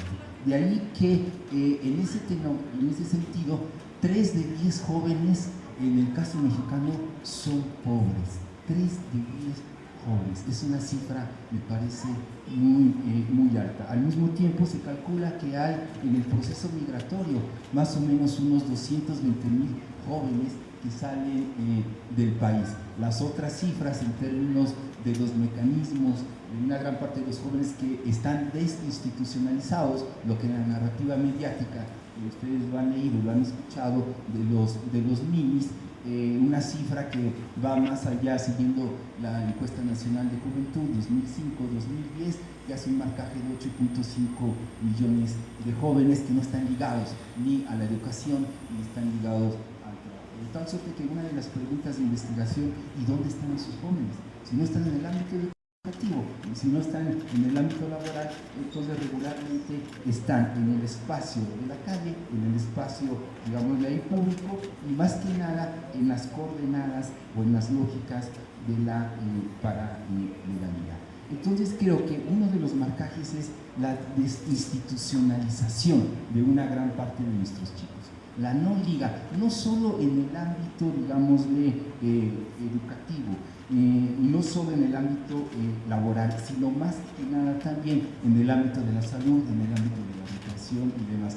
De tal suerte que la metáfora que construyo, que da cuenta de este tipo de experiencias juveniles, tiene que ver como que estamos frente a jóvenes un poco como invisibles o demasiado invisibles, que no se miran en esas coordenadas. De tal suerte que también otro marcaje es en función de los quiebres de sentido y los quiebres de significado. En ese sentido, el familiar. Sabemos, por ejemplo, toda la reconfiguración que hay con respecto a la familia, y aquí hay un cruce muy interesante que de algún lugar ya lo marcaba también Genoveva, en términos de que, si bien es cierto, la familia se está desdibujando, se está borrando, se está mutando muy rápidamente, hay una liga con el asunto de la violencia. El enemigo, yo le denomino privado número 1 de la mayoría de nuestros chicos, hombres y mujeres, es su familia. Más o menos los estadísticos, si no me falla la memoria, es 6 de 10 chicos observan la violencia en su casa. Siguiendo a los teóricos de la psicología social, pareciera ser que la violencia tiene más un marcaje en términos de que se aprende y se incorpora como patrones y formas de establecer vínculos posteriores cuando estos chicos los tengan. Y de ahí entonces viene un marcaje de cómo se va reproduciendo. Y el otro cifra que es realmente potentísimo es que 4 de 10 chicos padecen la violencia, la sufren. Entonces, tal suerte que en el ámbito familiar es donde más se ejerce la violencia en relación a nuestros chicos. Y el enemigo público número 1 de la mayoría de nuestros jóvenes corre en 2 vertientes. Una vertiente son los cuerpos de seguridad del Estado. Los cuerpos de seguridad del Estado en cualquier formato. Policías federales, policías estatales, militares, marines y cualquier otro tipo de grupos de y el otro que aparece son los que más violan los derechos humanos de los chicos.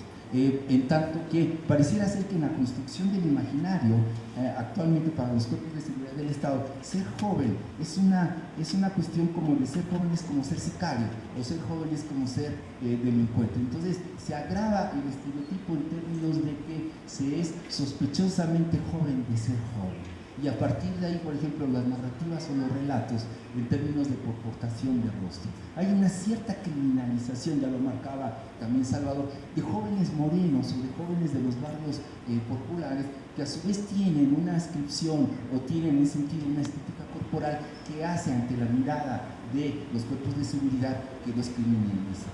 Entonces, por ejemplo, cuestiones de vida cotidiana, cuando estos chicos van todos pandrosos o todos fachosos a los centros comerciales, se han dado cuenta que regularmente va la policía atrás de ellos, no tanto porque traigan una escolta particular, no, sino simplemente porque está en la mirada de que estos cuates pues van a molestar a alguien o se van a robar algo y así sucesivamente. De tal suerte que me parece que ha habido una suerte de mutación o de cambio en términos de que se ha considerado desde estas narrativas esencialistas de la sociología y de la psicología de que los jóvenes son violentos porque son jóvenes. Me parece que la pregunta, entre otras de investigación, es ¿los jóvenes son violentos por ser jóvenes o los jóvenes viven en los mundos violentos? A partir de estas coordenadas, por una parte padecen la violencia y por la otra también la van reproduciendo. Y creo que actualmente ha habido un viraje, ha habido una modificación. Creo que una gran parte de los jóvenes actualmente padece más la violencia de la que la ejerce o de la que puede ser protagonista. De ahí entonces hay unos datos que acaban de aparecer, lo retomo de una editorial de la jornada, en donde se calcula que más o menos hay entre 70.000 y 80.000 asesinatos o muertes en lo que fue y sigue siendo por extensión ahora de los priistas lo de la guerra contra el crimen organizado. Las cifras más o menos que también se empatan con lo que hablan las organizaciones de la sociedad civil son más o menos entre 70.000, 80.000, 90.000 muertes, y yo creo que son más en términos de que son cifras regularmente oficiales, entonces hay que dudar y sospechar de que estas cifras quizá no son tan verídicas. Pero ahí les va el otro cruce. Supongamos que conviviendo, por ejemplo, algunos movimientos sociales, como el de Sicilia, marca que son como 100, 110.000 las muertes o los asesinatos. La última cifra es que de esos, el 50% de las muertes son muertes de jóvenes, el 50%.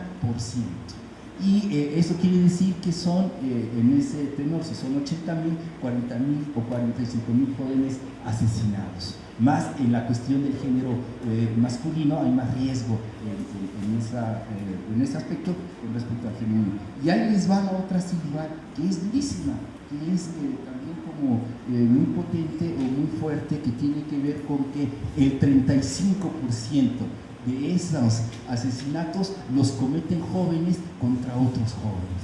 El síndrome del ponches ponches. ¿sí? Y que, bueno, desde algún lugar los relatos o las narrativas de lo que aquí han trabajado los colegas hacen los cruces. Está este texto, por ejemplo, de Los morros del narco. Entonces, en ese tenor, o aquella digamos, narrativa que hace pues a la película de Luis Estrada, del infierno, que vuelve a coincidir en el sentido de lo que trae Paola, de que pareciera ser que lo hemos encontrado en algunas pintas, en términos de que la propuesta del proyecto, de lo que queda, del proyecto benefactor latinoamericano, de lo que queda en términos de esta propuesta, ya no le está dando modelos identificatorios a una gran parte de los chicos.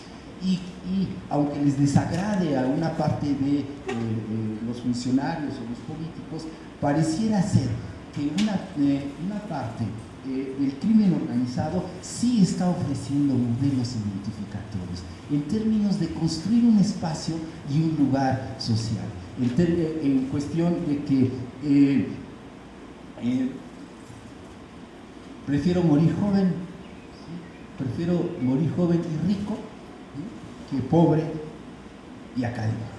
Entonces, a partir de ahí, en ese tenor, en ese sentido, el crimen organizado en sus distintos rostros, el crimen organizado no solo habla a través de narcotráfico, habla también de la venta de partes del cuerpo, lo que tiene que ver con el robo de las identidades, lo que tiene que ver con todo el manejo de los residuos tóxicos, lo que tiene que ver con toda la clonación de todas las marcas de las grandes compañías, el robo de autos de lujo, el robo a migrantes. Entonces, en ese tenor, me parece que lo que está haciendo el crimen organizado es justamente ir reclutando a este tipo de jóvenes, va a las escuelas, va a los pueblos, va a los barrios, y si se niegan, algunos son ejecutados.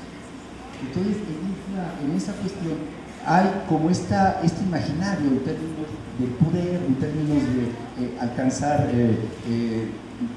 rápidamente la intensidad de la vida a través de traer las trocas, traer las mujeres y de que fuera. En el lado femenino es bien interesante, porque en el lado femenino también se construye el imaginario en términos de esta fantasía, y ahí es cuando intervienen sus cuerpos para modificarlo. Sin tetas no hay paraíso, recuerdan, o algo así, en la cuestión de que en la fantasía una parte clase media, jóvenes, chicas, quieren ser las amantes de los capos o quieren ser las novias, y como también posibilidad de construcción. De ahí creo que en ese tenor el asunto es grave, porque es crisis de sentido, es fractura de significado. No solo es que no alcanza la matrícula, a la UNAM llegan 30.000, aceptan a 30.000 y hay 100.000 candidatos, de tal suerte que no solo es en términos de que no alcanza la matrícula, o no solo es de que no alcanza la cuestión de las plazas laborales, sino que para una gran parte del proyecto neoliberal a nivel económico, por ejemplo, del lado de los chicos, es que no les posibilita la construcción de una identidad política. Las plazas ya se acaban.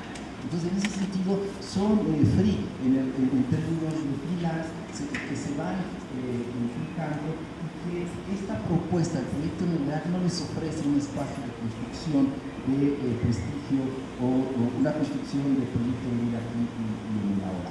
Es la fast food, están Pollito Feliz, Chuchito, Burger King, todo este tipo de propuesta, la mayoría de los que trabajan son los jóvenes. La industria del videoclip, Cinemex, Cinépolis, Reina Aventura, Chapultepec, ahora con toda esta cuestión del cuerpo, la ciudad, las carreras y todo son en su mayoría chavos que les pagan unos cuantos recursos. En lo que tiene que ver, por ejemplo, toda la industria del supermarket, Walmart, Costco, Bodega La Horrera, Comercial Mexicana, los jóvenes están disputando la precariedad con otro sujeto y actor que son los viejitos. Y entre los jóvenes y los viejitos, ahí se están disputando quién les da algunas monedas. De tal suerte que entonces, y con esto voy concluyendo, o más bien cierro para tener 10 minutos de conversación, o 15, es que hay dos grandes coordenadas en términos de lo cultural y en términos de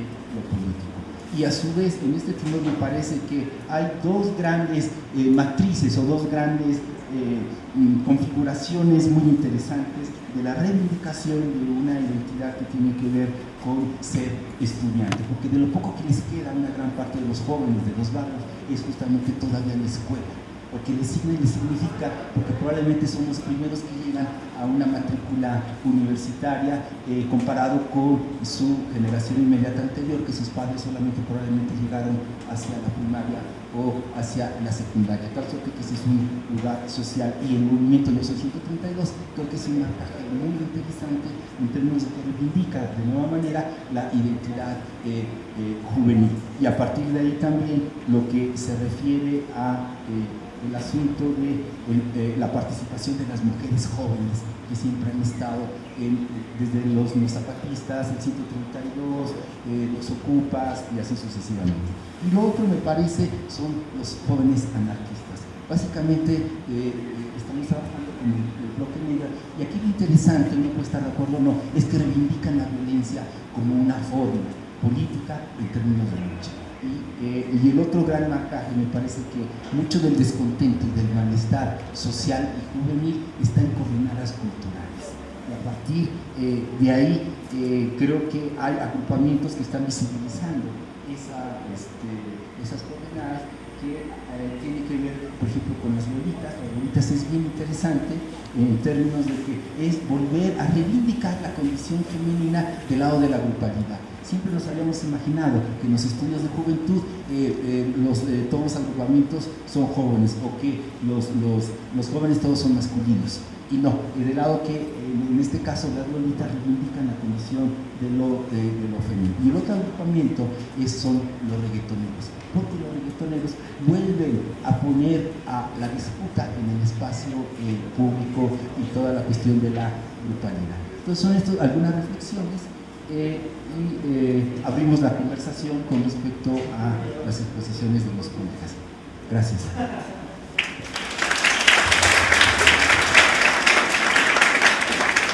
Entonces, sí sé que tiene otra actividad a la una, y como nosotros aprovechamos lo más el tiempo, siguiendo mi reloj que está según la hora, nos quedan 8 minutos para la una. Entonces son 8 minutos de preguntas o de conversación, y siendo disciplinados nos vamos a la una. ¿Va? ¿Algún comentario? Sí.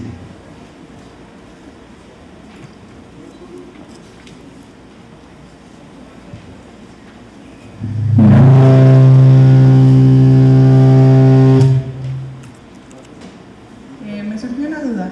¿Cuál es el rol de la mujer en el narcotráfico y cuál es la carga simbólica y de significado que justifica que esta práctica sea exclusiva para los hombres? Quizá podemos juntar unas dos más, y acá los colegas contestaciones. Hola, buenas tardes. La primera pregunta va para Paola Ovalle y para Salvador Cruz. En ambas exposiciones hablan que varias de estas personas que se dedican a la vida criminal han tenido como que un desligamiento, que se han salido. ¿Saben cuáles son las causas? ¿Qué fue lo que pasó para que ellos se alejaran de esta vida? Y en segundo lugar, al profesor Nateras. Dice que el 35% de los jóvenes muertos son asesinados por otros jóvenes. ¿Esto a qué se debe? ¿Cuáles son los roces? Porque pues en los últimos años se ha sabido que varios grupos o subculturas juveniles, como algunos los llaman, han sido blancos de violencia, como los hipsters, los emos o los reggaetoneros. Pero ¿cuáles son las causas que orillan a estos jóvenes ser violentados por otros grupos de jóvenes? Y ya, gracias. Sí. Gracias. Bueno, básicamente es una pregunta general, a ver si para quien le quiera responder, que sería ¿qué papel juega la sociedad de consumo y algunos mercados concretos en la construcción de imaginarios sociales y en particular de construcción de identidades, ¿no?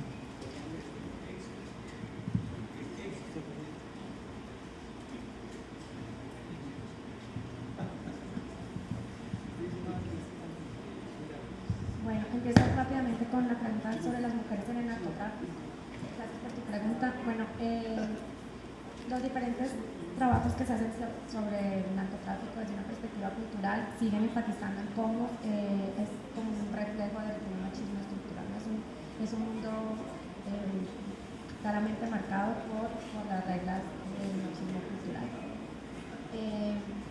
Esto tiene que ver, o sea, esto plantea una dificultad para las personas que son de disidencia sexual. Tenemos entrevistas con homosexuales como gays dentro del narco y mujeres en el narcotráfico. Ya el hecho de ser o de estar dentro de la disidencia sexual o ser mujer implica una dificultad para ascender, no tanto para entrar, ya vimos que cuando para las actividades más riesgosas en el mercado del narcotráfico está abierto, ¿no? Pero para, bueno, más riesgosas y también, por ejemplo, en las clases de las mujeres para ser como mujer objeto, también está mujer trofeo, le plantea José Manuel Valenzuela, que tiene que ver con estas mujeres que en esta parte de la frontera se autodenominan buchonas, que son, bueno, que tienen que ver con toda esta hiperornamentación del cuerpo y utilizar su cuerpo para poder ingresar dentro del narcotráfico como las mujeres compañeras.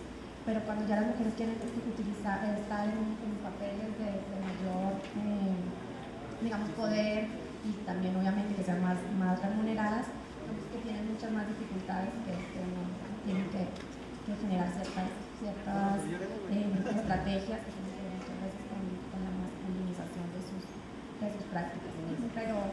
Pero también vemos que así como en los diferentes delitos el papel de la mujer cada vez va siendo más, digamos, más relevante, también en el fenómeno del narcotráfico hay algunos estudios sobre el papel de la mujer y algunos textos que están trabajando sobre la idea de cuáles son los roles que está cumpliendo la mujer dentro del narcotráfico y cómo esto ha ido cambiando y cómo han empezado a estar en lugares de mayor poder.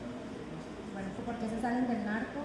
Sí, yo creo que sí es como constante, ¿no? Sobre todo cuando trabajamos con personas que han sido detenidas, que es como muy fácil identificar esta transformación en sus estilos de vida y en sus prácticas, y pues generalmente básicamente precisa pues, por el riesgo que implica esta actividad. Pues igualmente gracias por la pregunta, creo que nos ayuda a nosotros a pensar lo que estamos haciendo y cómo lo estamos haciendo. ¿Por qué se salen? En el caso del testimonio al que tuve acceso con este chico, se vive en un dualismo, él vivía un dualismo de la parte buena y la parte mala, la incorporación de la parte buena y la parte mala, y en realidad no somos ni esencialmente buenos ni esencialmente malos, somos una mixtura. O sea, no hay nadie que sea malo ni nadie que sea bueno en esencia. Entonces, la historia, la biografía de este chico lo que nos dice es cómo significa lo bueno en sus relaciones, en su familia, etc. Y cómo significa lo malo y cómo va actuando. ¿Qué pasó en su historia? Aquí se pudo presentar tanto una reflexividad de este dualismo, de ver su parte buena y su parte mala, pero también tuvieron que ver otros elementos como el asesinato de familias, amigos, la paternidad, una capacidad de flexibilidad de los sujetos y que les posibilita cambiar su opción. Yo he planteado al crimen organizado como al narcotráfico como un asunto masculino, porque es una actividad socialmente organizada, particularmente por hombres, y con una lógica masculina, donde la característica principal es la heterosexualidad. Entonces al crimen organizado se le desvincula de la homosexualidad, es la exacerbación de la heterosexualidad. Los hombres narcos con mujeres, ellos tienen sexo abundante y llevan a las mujeres más guapas, y para qué las mujeres más guapas. O sea, habría que pensar eso, ¿no? Pero para mí tendría eso. Y en ese sentido, pues las mujeres han ocupado una posición inferior en la jerarquía del crimen organizado. Eso también hay su problema.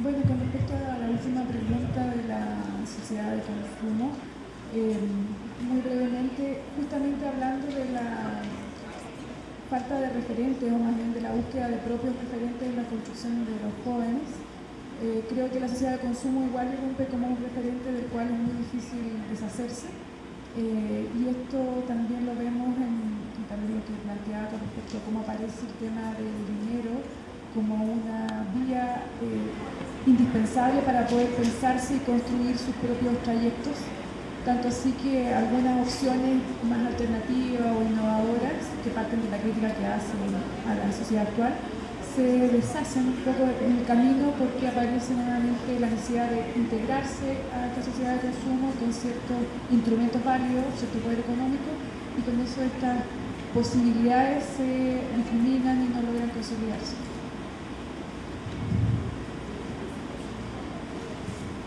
No hay nadie que no consuma, es el lugar del consumo. Los reggaetoneros es una forma simbólica de incluirte desde su condición de exclusión. Ahí es el valor simbólico, no solo es la materialidad de lo que consumas, no es el CD del mismo, no es la chamarra, sino que es lo que representa en términos de que en el imaginario es una suerte como de reconocimiento y de inclusión social.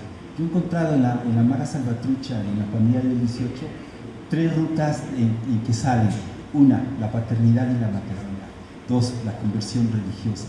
3, la vivencia como muerte. Esos son los 3 marcajes de que salen los agrupamientos. Y el otro asunto, hay una parte que nuestras juventudes son bien intolerantes.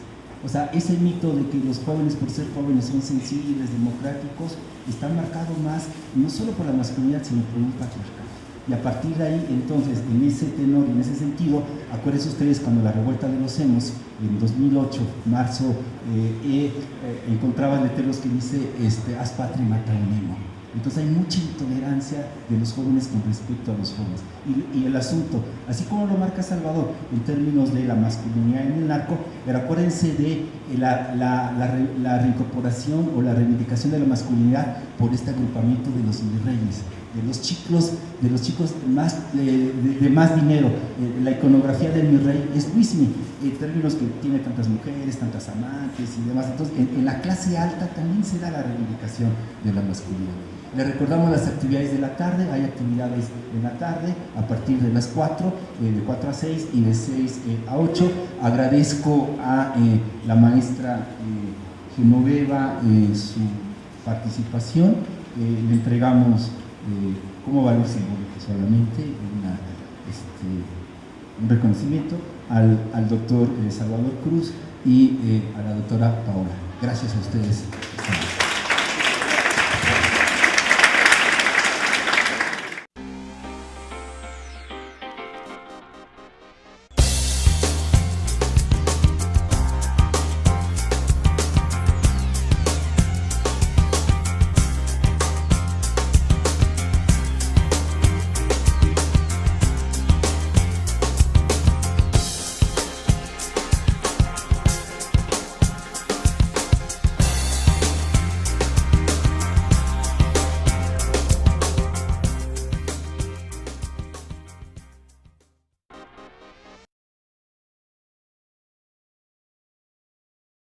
Me pareció importante retomar algunos temas de lo que es ser joven y el tema de querer conquistar un propio lugar como una característica propia de los jóvenes y de esa autonomía.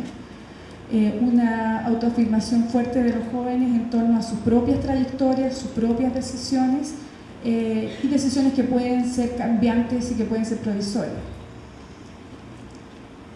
Con respecto a esta primera cita, la sitúo tanto en el tema del deseo como en el tema del proyecto individual. Dice, la juventud yo la veo y la vivo también de una manera mucho más empoderada, de hacer lo que tú querías hacer, de estar donde tú querías estar, de trabajar donde tú querías trabajar. El joven está muy empoderado. Esa cita contrasta o se reafirma con esta otra que también es bastante clara. Te insisto, tengo 25 años y he vivido la vida de una forma que me he dado cuenta que en realidad el alfa y el omega de todos los problemas y soluciones soy yo. Y no quiero dejar de ser el ombligo de mi vida para tener que postergarme. He escuchado que eso de postergarse por los hijos y la familia es algo que no tiene precio, pero no me arriesgaría a vivir. Me siento súper pleno siendo quizás individualista o egoísta. Lo siguiente. Ahí vemos por un lado afirmaciones de búsquedas propias, incluso desafiando esta idea de que hay que postergarse por la familia. Sin embargo, por algo también aparece esta afirmación tan potente en la cita que les mostré, tiene que ver también con una escucha de estos jóvenes de un deber que habría que cumplir, que es justamente postergar los proyectos propios por los proyectos colectivo entiéndase en la cultura chilena, la familia, como también si no fueran compatibles. Y aquí recuerdo una cita de investigadora, el individualismo es el gran otro de la idea de la familia. Ahora, en el otro polo, el proyecto colectivo familiar y responsabilidad, voy a leerles alguna cita. Onda, ahora a los 25 tengo libertad de muchas cosas, pero cuando tenga hijos eso ya no va a ser así. Ya no tendré la libertad económica de no hacer nada o trabajar en algo que me gusta, pero por menos plata. Sigue, por favor. Esta postergación aparece claramente cuando aparece la idea de llegar a la vida adulta, tener un matrimonio, una esposa e hijos. Pero también aparece la necesidad de la individuación. Es súper importante para los jóvenes que ahora tienen voz. Antes nadie los pescaba y eso ahora es un aporte a que cambie la visión de la familia. Entonces uno pasa a diferenciarse. Ya no es la familia, eres tú y tu vida. Sin embargo, esto contrasta con la siguiente cita, porque yo encuentro que tú a lo mejor puedes ser muy capaz individualmente, pero si no tienes la base de la familia, se te hace muy difícil desarrollarte como persona. Entonces, se podría señalar que el femenino aparece fuertemente. Aquí hay una cita que dice, es negativo. ¿Por qué es negativo?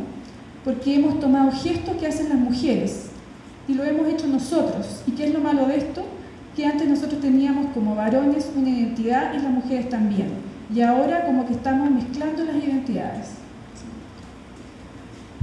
Acá vemos claramente que aparece, con respecto sobre todo se refería al joven a las expresiones afectivas físicas, que la mayor igualdad en la forma de expresarse los afectos, de abrazos, de besos, también entre varones, aparece como un posible problema por una cierta disolución de las identidades, las diferencias. Y esto aparece como amenazante para muchos varones. Aparece un cierto desconcierto ante esta igualdad entre las formas de expresarse entre hombres y mujeres, y pareciera que habría como una necesidad de esta dicotomía masculino-femenina que ordena y que nos genera confusiones. Con respecto al eje de la seguridad de la norma o del desafío, la siguiente cita. Como que uno puede pasar un tiempo sin novia, pero después como que tu cuerpo necesita cariño. Y con eso no me refiero solo a sexo, más bien como a tener contacto con alguien que uno quiera, a tener una relación o a hacer el amor con alguien que uno estime, que admire, que considere. Aquí vemos más bien una posición distinta, no tanto a la posición tradicional de búsqueda del sexo, sino que de la necesidad del amor, que también del cariño, expresada por estos jóvenes como algo que ellos están reivindicando. ¿Sí? Sin embargo, vuelve a aparecer elementos que tienen más que ver con las normas más tradicionales. Dice, en la sociedad el tema del poder se define en cuanto tú seas más o menos masculino, y es así desde el principio de los tiempos. No digo que sea válido, pero es así. Entonces, estas construcciones más innovadoras que aparecen en estos varones se topan como con un muro cuando hablan de sus sentires, que tiene que ver con que la cultura es así, la sociedad es así, por lo tanto no me queda de otra que respetar esas normas y no reivindicar tanto o no practicar tanto estas nuevas posibilidades. Otro ámbito de análisis fue el tema de la familia. Y aquí también trabajé con ciertos ejes. Uno que tiene que ver con el tema del deseo, la búsqueda personal versus la responsabilidad. El otro que tiene que ver con el querer construir proyectos individuales versus lo que son los proyectos colectivos familiares. Y finalmente también lo que es el desarrollo de la individuación y la necesidad de pertenencia. Estos tres ejes se mezclan bastante. Cuando se habla de la familia, la afirmación de lo individual, si bien aparece con fuerza, sería difícil que logre asentarse. Esto podría leerse por la dificultad de que haya un discurso, narrativas sobre la individuación y el desarrollo personal que estén consolidados y que puedan discutir con un discurso de la familia que sí está bastante consolidado.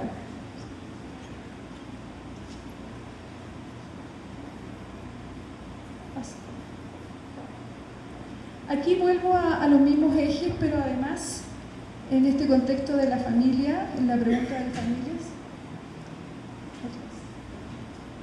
aparece el tema del dinero como un tema de relevancia que aparece en el discurso de los jóvenes. ¿Sí? Aparece el tema del dinero, no voy a leer todas las citas para poder atenerme con el tiempo, pero el dinero aparece como una temática que es básica para los jóvenes en cuanto a tomar sus decisiones, tanto de proyectos familiares como proyectos colectivos. Aparece que si no se tiene el dinero no hay nada posible de ser deseado ni de ser planteado.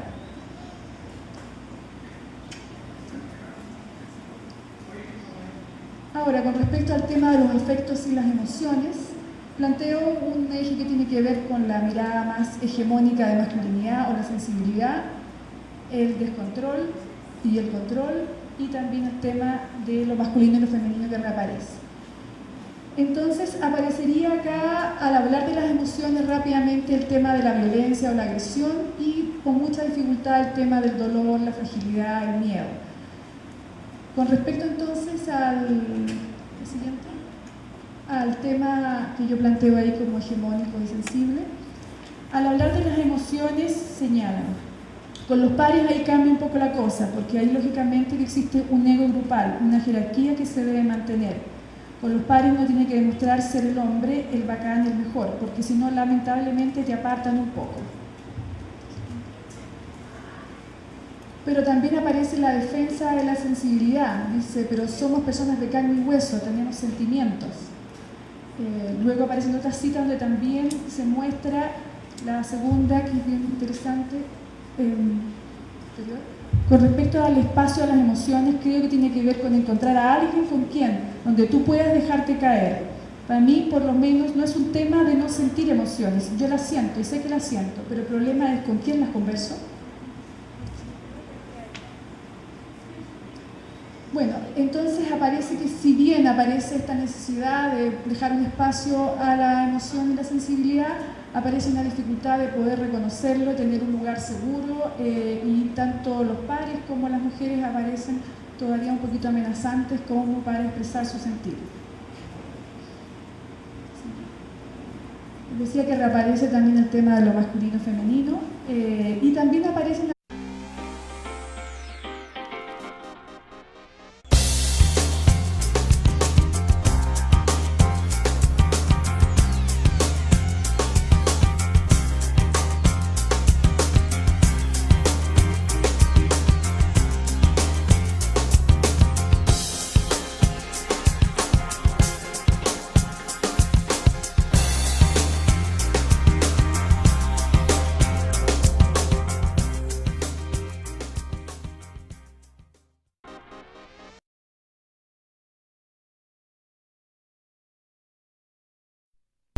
también que se hace difícil encontrar redes de apoyo para la contención. Con respecto al tema del cuerpo, este aparecería como una experiencia amenazante y muy ligada al tema de lo femenino.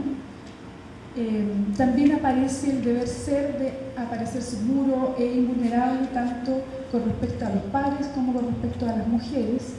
Y finalmente, con respecto al tema de los jóvenes varones, si bien hay un reconocimiento de la importancia de los sentimientos, también hay una dificultad para vivirlos. Finalmente, con respecto al contexto cultural chileno, tomo a Lechner y a los informes del Programa de las Naciones Unidas del Desarrollo para marcar algunos temas que me parece que cruzan las posibilidades de lo que estoy leyendo. El tema de un fuerte modelo exitista competitivo que fomenta la búsqueda del logro por sobre todas las cosas en mi país.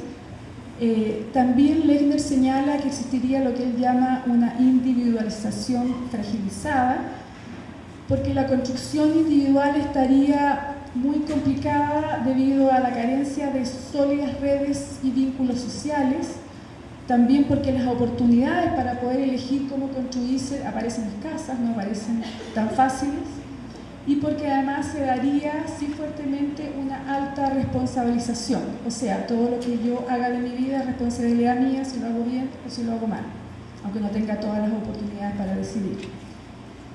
Otra característica que me interesó ahondar y que también es señalado por estos informes del PNUD tiene que ver con el imaginario de familia. El imaginario de familia aparece muy rigidizado en la cultura chilena y esto estaría avalado y sustentado por una iglesia católica muy fuerte y también por un conservadurismo, un discurso conservador muy fuerte al que no se le opone un discurso liberal muy bien constituido. Entonces, todo lo que son las opciones de desarrollo individual se encuentran con la oposición de una cierta lealtad a la familia, es decir, quien opta por su desarrollo personal se puede sentir desleal de no apostar más bien por las necesidades de la familia. Y otro de los resultados del PNUD en el 2010 es que la familia aparece como un referente muy importante de identidad, pero más aún y más marcadamente aparece en los varones que en las mujeres. Bueno, ahora paso a mostrarles algunos de mis análisis. Quiero compartirles algunas citas de los entrevistados y los asistentes a los grupos focales para que ustedes también puedan hacer sus propias lecturas y les voy compartiendo las lecturas que yo hice. ¿Sí? Bueno, desde el cuerpo.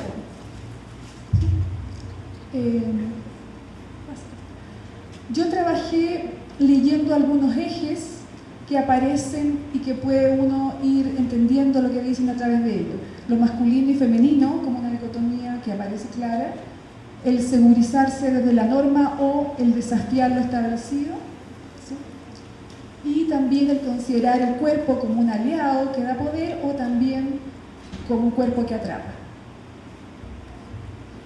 Entonces, con respecto a eso, primero, con respecto al tema del cuerpo, a los jóvenes cuando se les plantea, se les interpela desde el cuerpo masculino, aparece primero que nada la experiencia de la pubertad y del desarrollo del cuerpo que se masculiniza, y esto aparece como una experiencia muy satisfactoria porque se sienten más seguros, sienten que van logrando sentirse como varones, lo que les daría una mayor seguridad, con gran fuerza en lo material, fuerza física y también simbólica.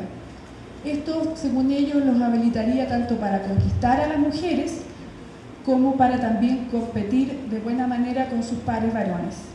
En ese sentido, la corporalidad los instalaría en un lugar de poder, pero también un poder que debe ser defendido constantemente y confirmado.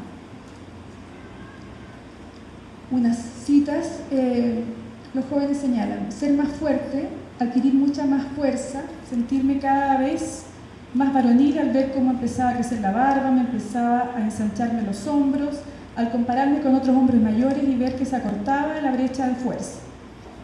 Es una especie de dominancia porque el hombre asimila que al ser más fuerte y tener dominancia sobre los otros va a atraer a más personas, o mejor dicho, al sexo opuesto. En ese sentido, se constata, mi lectura tiene que ver con el logro del poder y la seguridad. Ahora, en el otro extremo de este eje, ya no tanto en el cuerpo como poder, les propongo esta cita. Todo es sobresalir positivamente del resto, que el que sobresale en nuestra sociedad consigue todo lo que quiere, y el que no sobresale es humillado y pisoteado por el resto. El beneficio es que no se metan contigo. Esto al hablar de su masculinidad.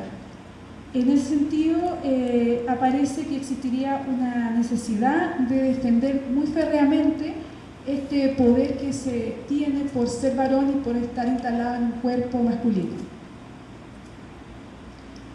La clásica dicotomía masculino